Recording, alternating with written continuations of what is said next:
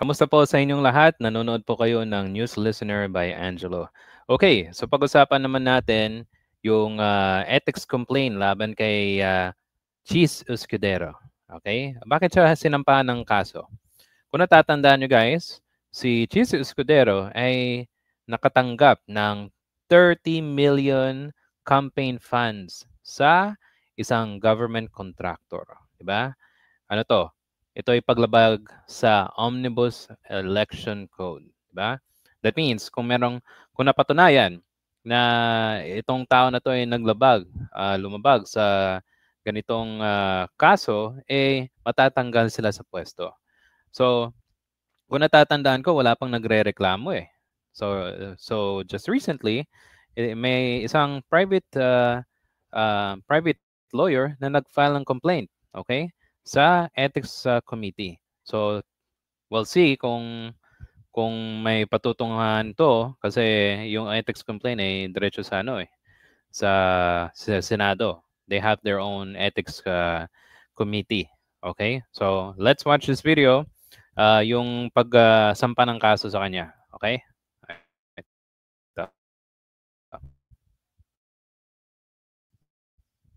Sa pagnanggap niya ng 30 million pesos na donasyon noong 2022 elections mula sa kontratistang si Lawrence Lubiano.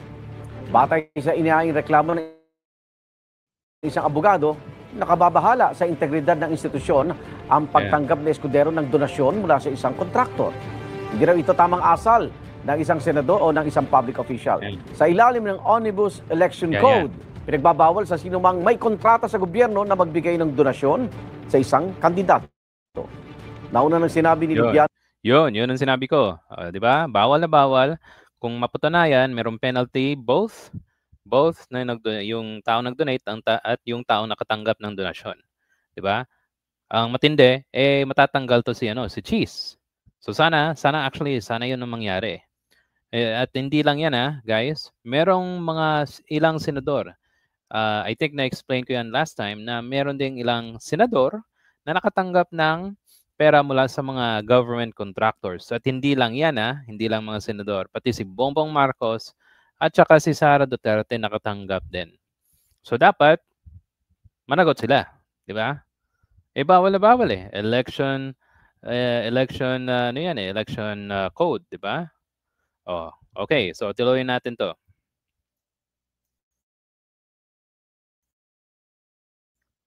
Sa pagdinig ng Kamara na personal niyang pera at hindi ng kanyang kumpanya, donasyon niya kay Escudero. Pero ang dyan, saan galing yung pera mo?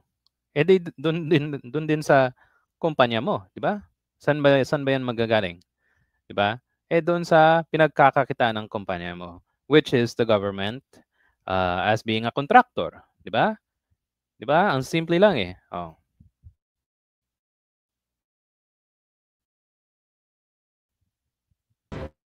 Hindi na niya ikinagulat ang ethics complaint.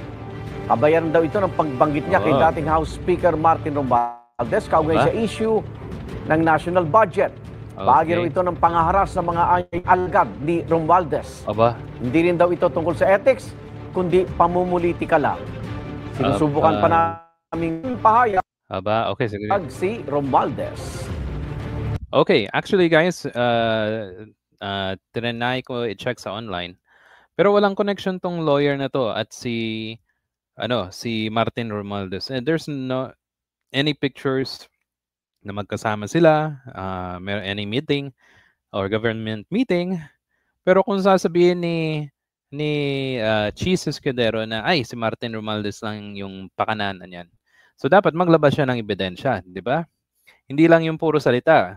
Kasi natuto tayo sa natuto yung mga ibang tao na kung sasabihin ng isang presidente katulad ni Digong, tapos yung isang mga senador dyan, tapos maniniwala agad yung mga tao, di ba? Nanggaling sa nanggaling sa public official nanggaling sa isang presidente, nanggaling sa senador. So dapat maniwala sila. Kung matalino kang tao, dapat magpresenta ka ng ebidensya, di ba? Okay, hindi natin tinatanggal si Martin Romualdez na walang kasalanan sa flood control o sa budget man lang. ito din si ano si Cheese Escudero, meron tong kasalanan din sa ano sa pondo ng bayan, di ba? Si Martin Romualdez yung speaker, si Saldico yung appropriations. So kung merong kabulastugan, dapat silang managot.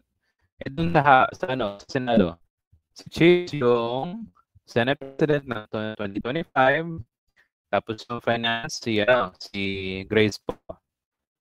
So anong say niya? Diba? Puro Martin Romualdez Puro na lang Martin Romualdez. Kung natatandaan nyo guys, nung speech nung time na yon, nandun si Sara Duterte. Ang dami nagsasabi, nag-audition na to maging Vice President si Sara Duterte. Di ba? Anyway, that's another topic. Okay, yan. So, yung mangyayari kay Cheese. Now, sino yung chairman ng Senate Committee on Ethics? Ito, pakita ko sa inyo sa Bombo Radio. Sabi dito, Ehersito, aabisuhan na hingil sa ethics complaint laban kay Cheese Escudero. So, si JV Ehersito ang chairman ng ethics complaint, ng ethics committee ng Senado. Now, sa tingin nyo, mapaparusahan ba tong si Cheese Escudero? Sa tingin nyo guys?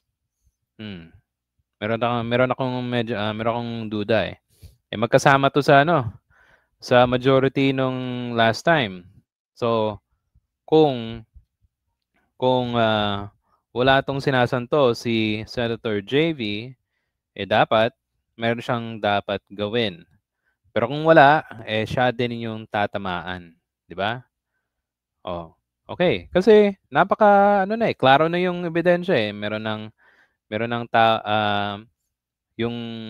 yung CEO ng company na si Lubiano umamin na binigyan ng 30 million, di ba?